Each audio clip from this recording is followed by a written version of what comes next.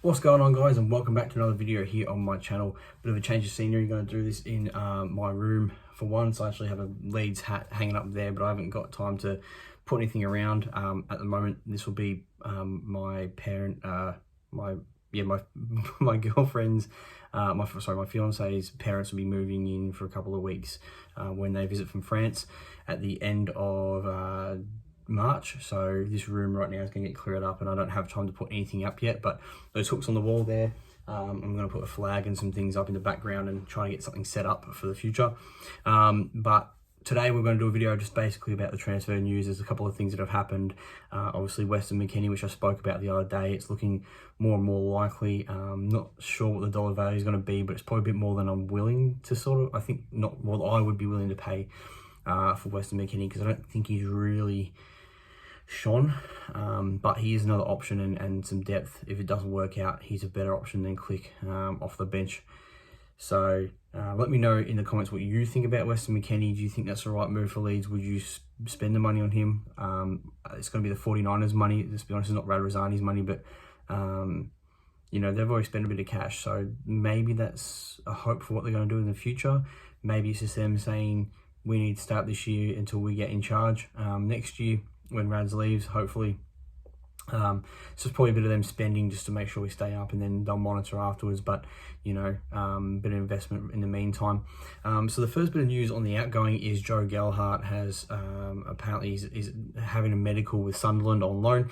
I think that's a great deal. I think he needs the time. He needs to get some minutes under his belt, because he's just not getting it at Leeds, and he's just out of favour. He finished the season quite strong last year, but this year's not really kicked on, and we haven't seen him really feature under Marsh. And now we've brought in Rudder. I don't see where he gets into the team at the moment with Rodrigo, Bamford and Rudder. I'll find it out for that starting spot. I think he's been put on the back burner for now, and look, hopefully goes to Sunderland and has an absolute ball of it and scores plenty of goals, but I can't see a way back in for Gelhardt right now unless he goes and scores, 10 or so goals in the Championship from now to the end of the season. Also on the out is Gelhardt Drameh. He's off to Luton Town.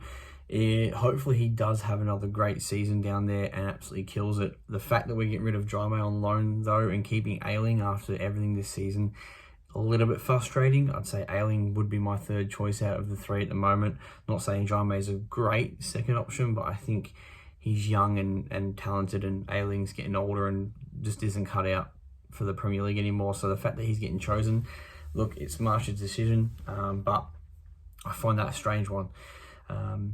So again, let me know in the comment section below what you think of those two outgoings. Would you keep them around? Are you happy to see them move on and try and get some game time? I think that's the case with Drameh, and Gelhardt, I think, definitely needs those goals.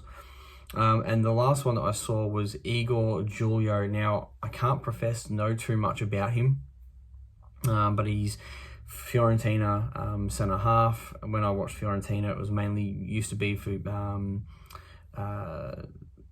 what's his name that's at Juventus now, I can't remember, Vlahovic.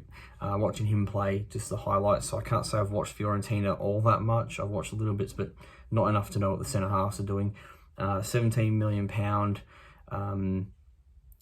Look, we've identified that we need to solidify that back line. I'd still say a left back's needed, because you've got Verba and you've got Struijk to play at centre half. I don't think we need another centre half, but I can't tell the club what to do, so I'd be saying a left back, like a proper left back, is what's needed.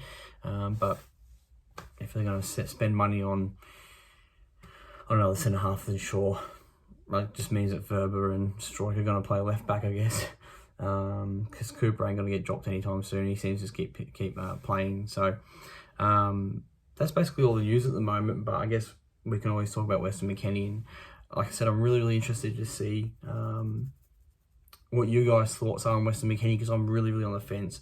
I didn't know much about Tyler Adams before this season, so when we were signing him, I wasn't too sure. I didn't know if he was going to cut it, and it's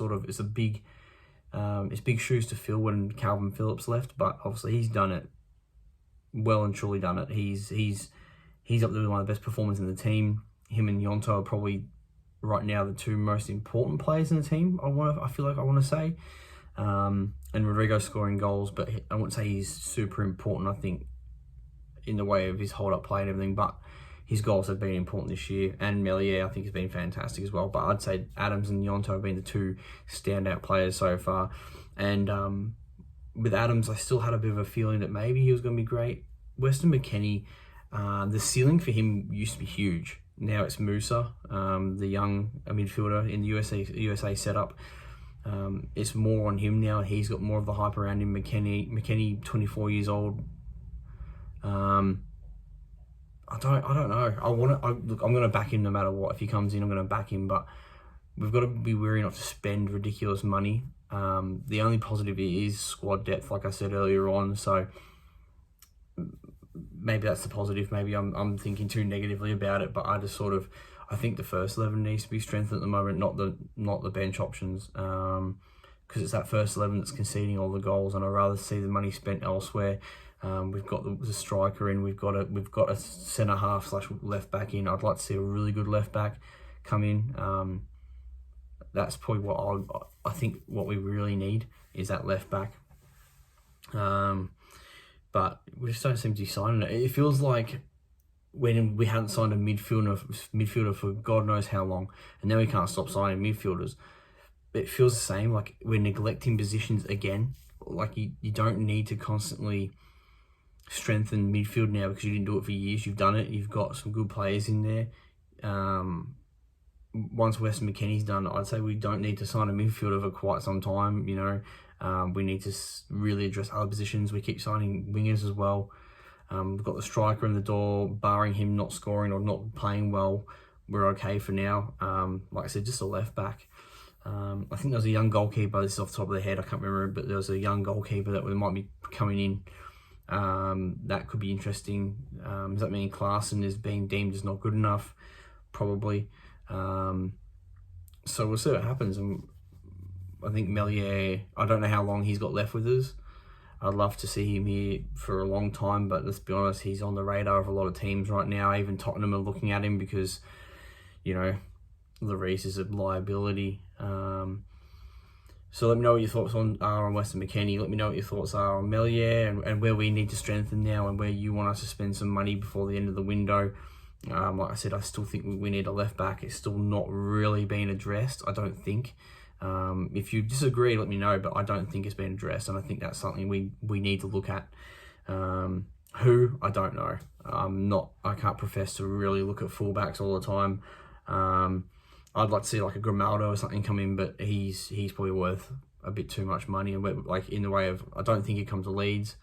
I think he'd be looking at a step up to play. He'd want to stay playing Champions League football, or European football, and I think you probably have to get him for maybe 15 to 20 million, but I think he'd want to go to a bigger club. Sorry, I shouldn't say bigger club because he'd get roasted for that. A club who's performing better right now, who can offer him European football. That's where he'd probably go. So if you've got a better suggestion at left back, let me know. I'd like to have a look and have that talking point. I'll leave it there. Just a short video, nothing crazy going on, but a couple of outs, a couple of interesting players that might be coming in. Weston McKennie, I sort of felt really good about at first, but as I'm thinking about it, and it was a bit of a name. Like, sorry, I'm blabbing on now, but I know that the name, so I sort of went, oh wow, Weston McKennie. But the fact that they're having a fire sale and he's been put on the chopping block is sort of like, okay, so and apparently he's been offered out for the last year and a half or two windows. I think it was like 2 years or 2 windows, which means he's been on the app for quite a while now. So let me know what your thoughts are in the comment section below, and I'll hopefully get another video out soon. Like, comment, subscribe, and peace.